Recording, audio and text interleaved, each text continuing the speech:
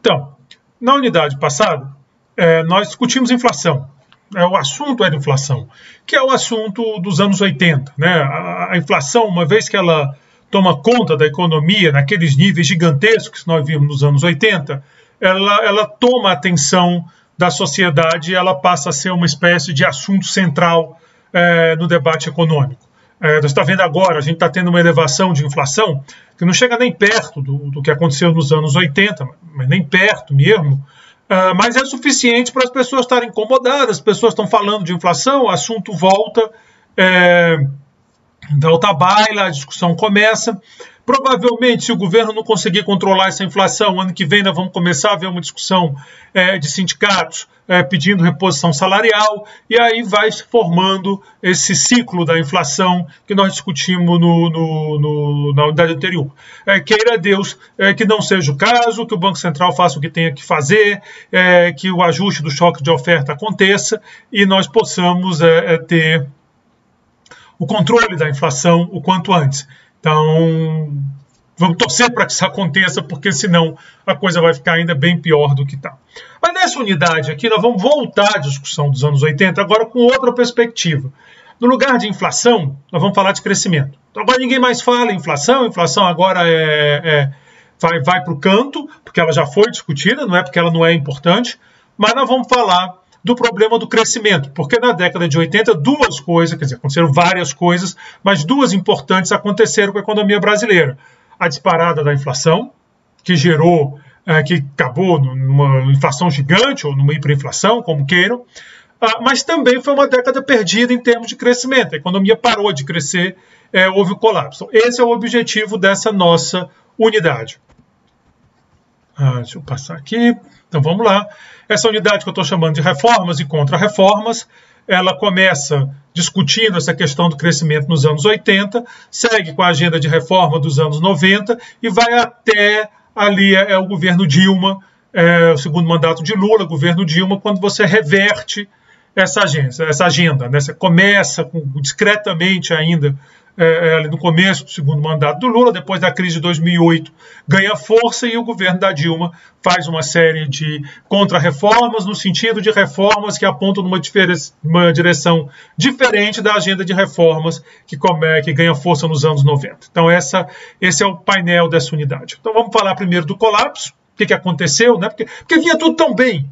Vinha tudo tão bem em termos de crescimento, né? Que a inflação a gente viu que estava sempre incomodando, mas em termos de crescimento, como é que foi isso? Que história é essa de colapso? Vamos começar fazendo essa contextualização. Depois nós vamos falar do consenso de Washington, que é quase um palavrão, às vezes, né? Dependendo do meio. É o consenso de Washington. Então, nós vamos falar do consenso de Washington. O que foi isso? O que dizia esse consenso? Afinal de contas, o que é isso? Né? Quer dizer, o que ele mandava fazer? Depois nós vamos falar da era das reformas, discutindo algumas reformas importantes, abertura comercial, privatização, reforma da Previdência, que só aconteceu agora em 2019, né? Então, mas ela começa a discutir lá nesse período, e outras reformas que nós vamos discutir nesse bloco.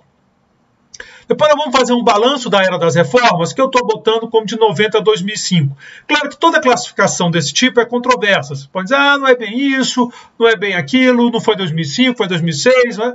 Tudo bem, ninguém vai brigar aqui pelos anos, é só para dar uma referência temporal para vocês. É claro que nem começa de uma vez, quer dizer assim, agora estamos nas reformas, nem acaba de uma vez. Então é só para dar uma posição de tempo para contextualizar a nossa discussão.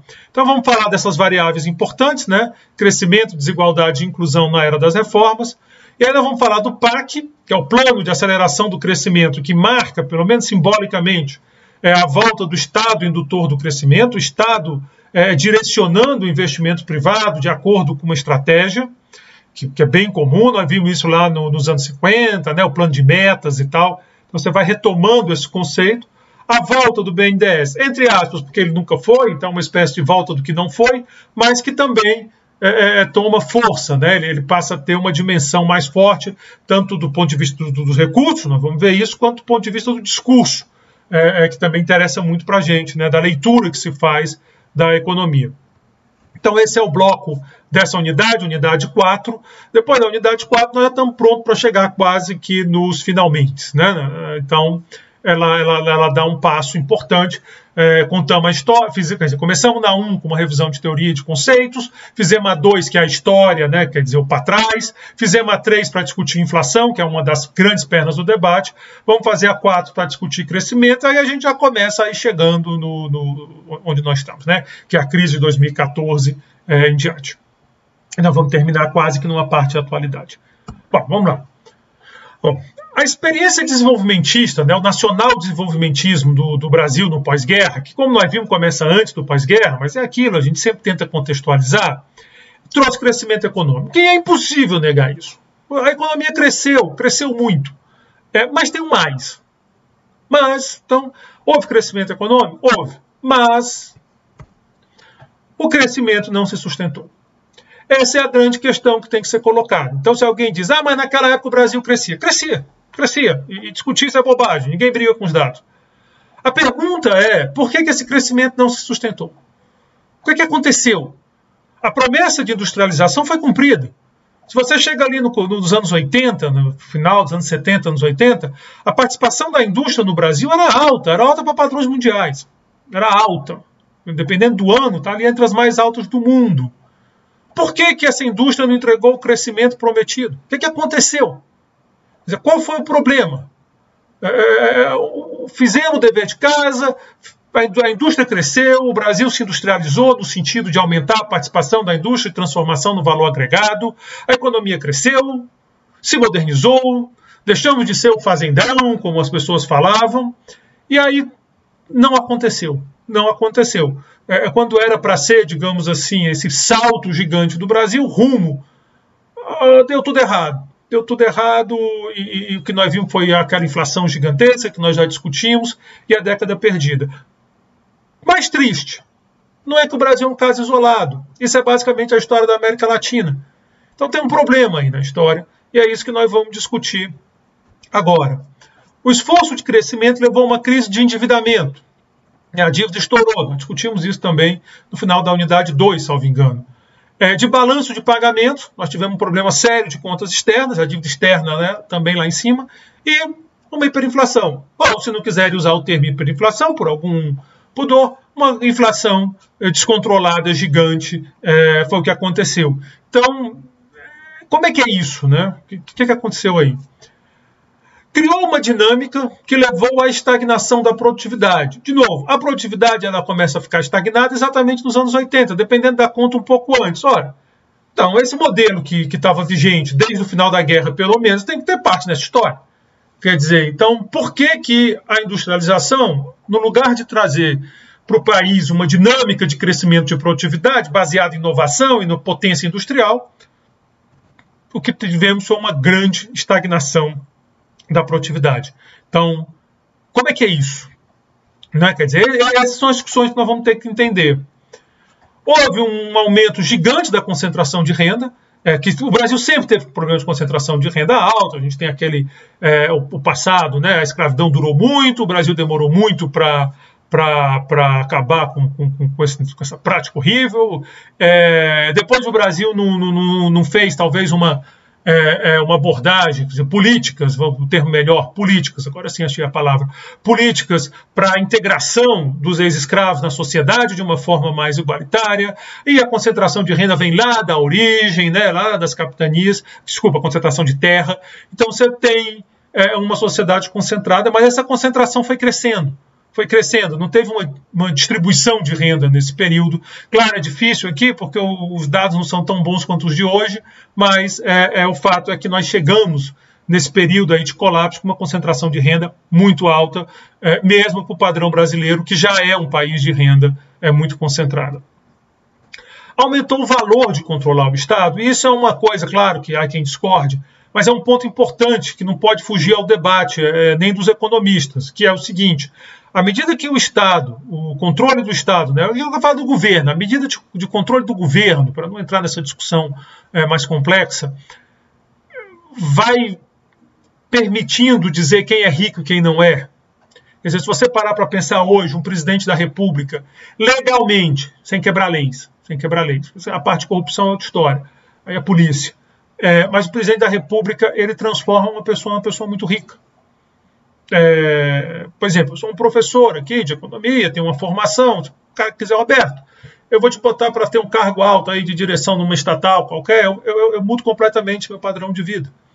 E lá, de repente, de novo, eu não quero falar de corrupção aqui, mas de repente, do rumo que eu der nessa estatal, eu vou afetar fortunas em empresas que trabalham com essas estatais. Então, se eu fizer um plano de conteúdo nacional para comprar navios na Petrobras, eu vou transformar donos de estaleiros em pessoas muito ricas. Então, esse poder do Estado de riqueza, ele aumenta o valor, né? Nesse sentido que eu estou falando de controlar o Estado. Quanto mais estatais, quanto mais a ação do Estado determina quem vai ficar rico e quem não vai, e aqui é muito importante diferenciar, porque tem uma ação do Estado que tem a ver com a pobreza, por exemplo, Bolsa Família. Mas ninguém vai ficar rico ganhando Bolsa Família. Não sei que o cara deu um jeito de fraudar o programa, aí é outra história de novo, aí é outra abordagem. Mas ninguém vai ficar rico. Bolsa Família não é para deixar a pessoa rica, é para tirar da miséria. Então isso é uma abordagem para a ação do Estado. Ela não aumenta tanto o valor do Estado, talvez nem aumente, porque para um cara que já tem uma certa condição, isso aquilo ali não é quem vai mudar de novo, a não ser que tenha uma fraude. Mas quando o Estado age nessa outra ponta, né, na ponta de quem vai ficar rico, então você tem uma ponta que é de combater a miséria, a pobreza, você tem outra ponta que é basicamente quem vai ficar rico, quem vai ter contrato com um banco de financiamento, a taxa de juros favoráveis, qual é o tipo de investimento que uma estatal vai fazer.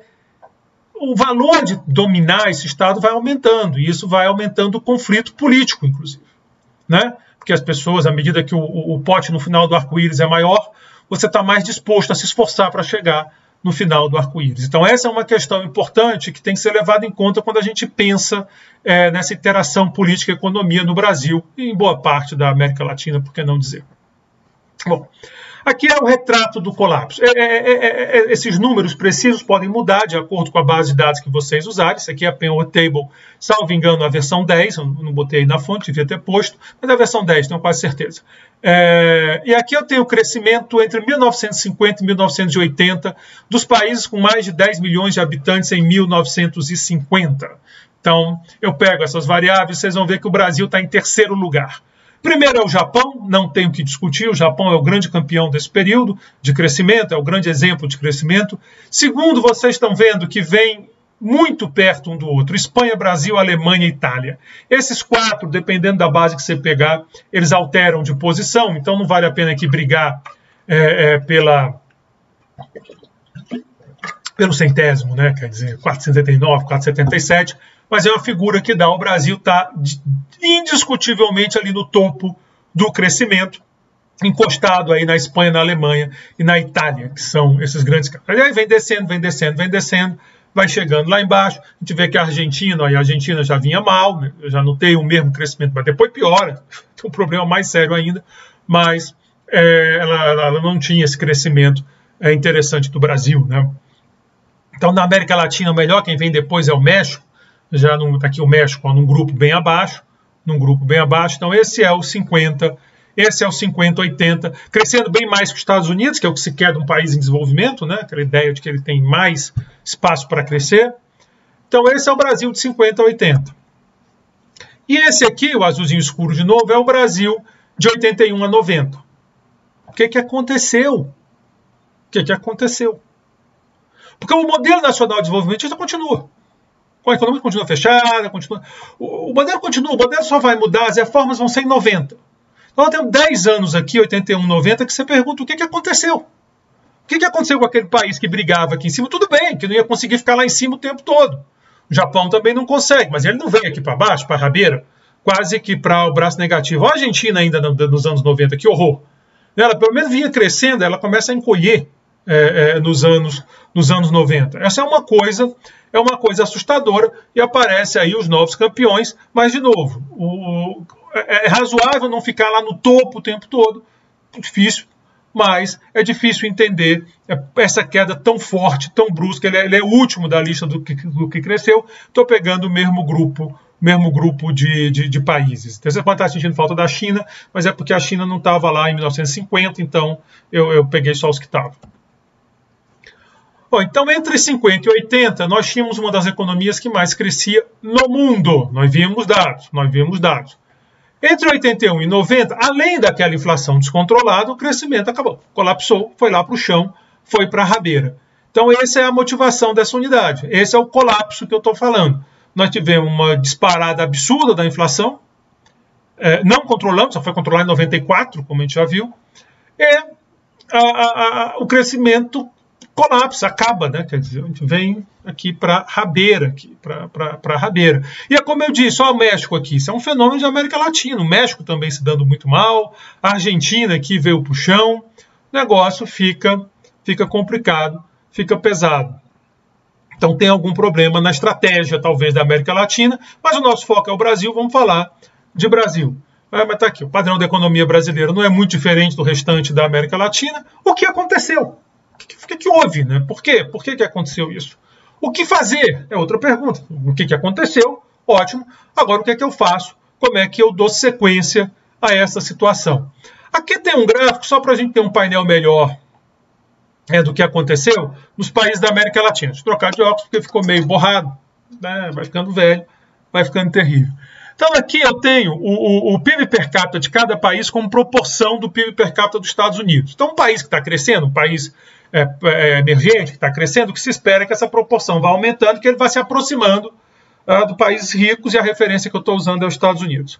O que acontece com a Argentina? A Argentina, aí uns quase 70% mais ou menos em 1955, em 1980, na barra azul mais escura, ela cai para 60%, uma baita de uma queda, e finalmente, em 1990, ela já está abaixo de 40%. Então a Argentina vem encolhendo em relação aos Estados Unidos. Bolívia, também.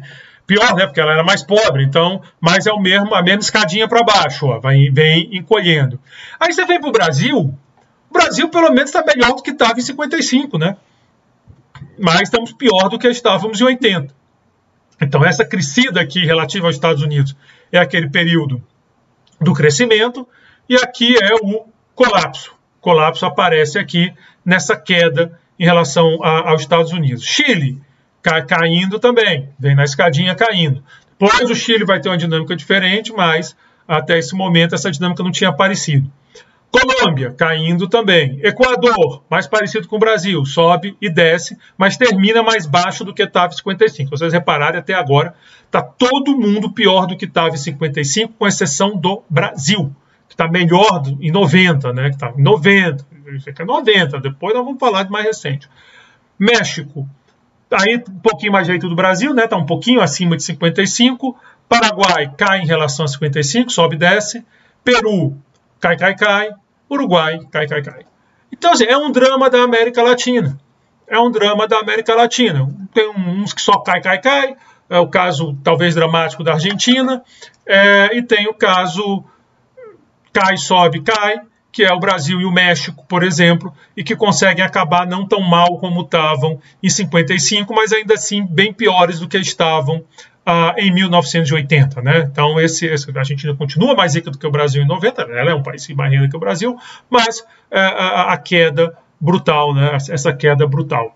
Então o colapso, nosso foco é o Brasil, o nome do curso é Economia Brasileira, então a gente está falando de Brasil, mas é importante registrar que não é uma coisa isolada do Brasil. Isso é um fenômeno de América Latina. Você pode... E no mundo? Bom, essa é uma discussão interessante, mas o que a gente tem aqui nos anos 90 é o começo das subidas na Ásia. Então não é um fenômeno global, né? Até porque está caindo proporcionalmente aos Estados Unidos. Então nós temos aqui um problema. Bom, o dinheiro fácil, aqui um pouco entre aspas, né? Nós vimos que a década de 70 tem uma grande crise no mundo, de certa forma, os investidores conseguiam oportunidade de investir, então nesse sentido sobra dinheiro. Chamava-se petrodólares. Estimulou uma estratégia de endividamento em vários países da América Latina, o Brasil não foi exceção. Então, houve um endividamento generalizado aqui da América Latina. No início da década de 80, a ameaça de inflação nos Estados Unidos faz com que Paul Volcker, então presidente do Fed, eleve consideravelmente a taxa de juros. Ele dá uma pancada nos juros do Paul Volcker, olhando para a inflação lá nos Estados Unidos. E, aliás, isso é um detalhe que é bom prestar atenção. Os Estados Unidos está com a inflação subindo. Também não dá a dizer que está fora de controle, mas está subindo. Se não parar de subir, não dá para descartar que nós vamos ter um outro efeito desses. E aí segura a onda, porque é pancada no mundo inteiro. Porque quando os Estados Unidos sobe a taxa de juros, a tendência é o dólar ir para lá. e para lá. E aí os países daqui vão ter um baque também, é uma coisa complicada. De novo, é torcer para a inflação. Aqui está um pouco descontrolada, né? Quer dizer, está um bocado, está bem acima da meta. Lá eles flexibilizaram a meta, então é outra história, mas ainda assim está em valores bem menores do que aqui. E esperar o que vai acontecer, né? Então, a taxa básica dos juros nos Estados Unidos, em média, foi de 11,2 em 79, em junho de 81, o cara deu um pico de 20%. Então, é isso que eu estou falando de pancadão nos juros. E isso foi a gota d'água, digamos assim. Isso foi a gota d'água. Já vinha mal, as economias da América Latina já vinham claudicando. Quando veio essa pancada, todo mundo endividado em dólar, todo mundo endividado, o juro sobe, bagunça tudo. Então, em março de 80, a inflação anualizada dos Estados Unidos foi de 14,8%. Nós estamos em 5 agora, está mais ou menos 5 e pouco, então ainda tem uma distância. Em 83 estava abaixo de 3%. Então, o povo, ele resolveu o problema da inflação dos Estados Unidos, que é o objetivo dele, era o trabalho dele lá no Fed, que é o Banco Central, faz às vezes de Banco Central nos Estados Unidos. Mas aqui, os países superendividados ficam insolventes. Ficaram insolventes, que quebrou todo mundo. Você está ali, né, financiando, sobe, né, o juro sobe junto, quebrou. Em agosto de 82, o México declara moratória. Os outros países, então, começam a perder o acesso fácil ao crédito, porque, assim, tem aquela visão, né, para baixo do Rio Grande é todo mundo a mesma coisa. Então, México, Brasil, Argentina, Colômbia. O México quebrou, vamos olhar direito o que está acontecendo lá, e está todo mundo meio quebrado. E isso foi o problema. Em 87, o Brasil, depois de uma série de tentativas de resolver o problema, também declara moratória. Então, é o drama da América Latina nos anos 80. Então, você já tinha um problema, né, de viu lá no governo Gás, tem um milagre, depois não consegue segurar, choque do petróleo, a produtividade começa a estagnar, a coisa começa a desandar, e aí veio a pancada, né? Quer dizer, você já vinha muito mal, cambaleando, e veio a pancada da dívida, que foi esse endividamento. Claro que você pode dizer, mas se esse endividamento tivesse sido usado para projetos altamente produtivos, talvez isso tivesse conseguido compensar. Mas não foi o que aconteceu.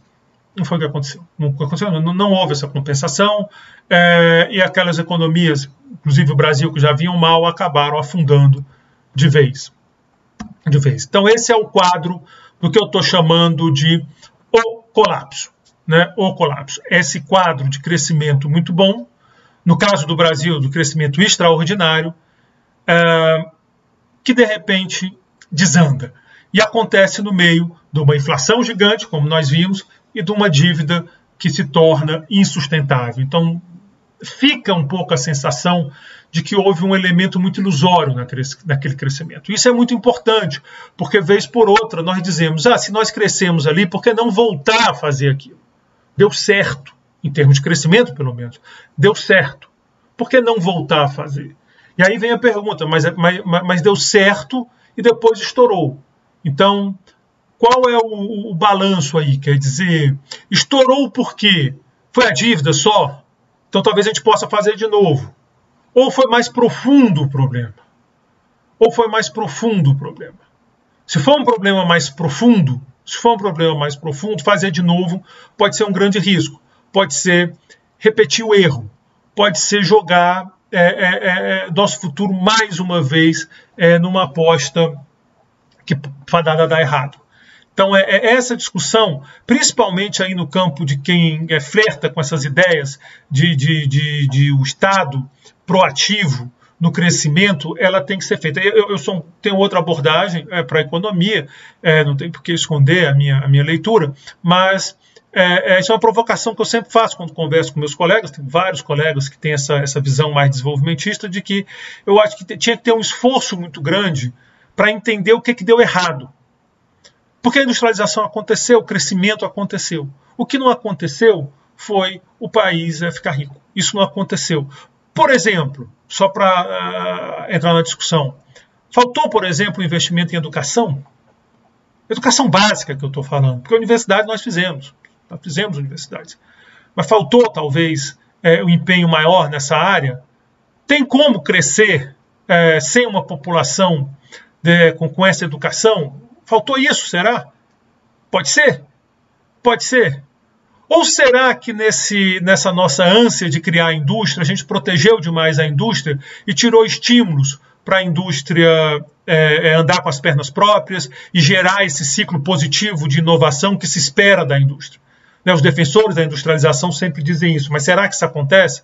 Será que não houve um excesso de proteção que levou a uma acomodação do setor? É uma discussão que tem que ser feita. Talvez uma combinação de tudo isso. Talvez uma combinação dessas coisas. Será que nossa legislação não foi muito para um lado hostil ao empreendedorismo e aos negócios? Talvez. É uma discussão a se fazer. Bom, o fato é que na virada lá nos anos 80, né, nessa discussão toda, as pessoas achavam que o buraco era mais embaixo e que o problema do Brasil e da América Latina era muito mais profundo, que não era só uma questão de um problema de dívida, embora tenha um papel importante, mas talvez a dívida seja mais um sintoma, né, do que a causa propriamente dita. Claro que é a febre que acaba matando o paciente, mas a febre está aí porque tinha uma infecção antes. Se eu estiver falando bobagem em medicina, eu já peço desculpas. Essa é uma época terrível para a gente falar bobagem em medicina, né? Está todo mundo muito preocupado com essa questão, mas eu quero passar essa ideia. Talvez tenha uma causa anterior e a dívida, por mais que tenha sido importante, definitiva nessa crise dos anos 80, ela pode também estar refletindo um problema ainda mais profundo que não permitiu que todo esse capital contratado desse um boom de produtividade no país e nos outros, na América Latina também, em geral. É difícil pensar numa coisa muito pontual, porque não foi só o Brasil, né? Quer dizer, cara, a gente deu um azar desgraçado, mas é difícil pensar nisso. Então talvez seja um problema maior com o modelo da América Latina. O fato é que para atacar essa questão, a comunidade de economistas começou a quebrar a cabeça. Será que existe um caminho para o crescimento? Uma receita, por mais que não seja uma receita rígida, mas uma receita, um by the book? E aí começou, então, essa discussão muito inspirada na América Latina. É claro que não era só para a América Latina, mas com uma preocupação muito grande na América Latina. E aí, então, começaram a sair as ideias que alimentaram as reformas. Essas ideias foram documentadas no que se chama de consenso de Washington, que é o que nós vamos discutir, mas eu vou discutir no próximo vídeo para não ficar muito grande, porque eu já estou aqui com quase meia hora nesse, e eu não queria, talvez use mais tempo lá no consenso de Washington. Então esse primeiro vídeo eu paro aqui e agradeço a atenção de vocês.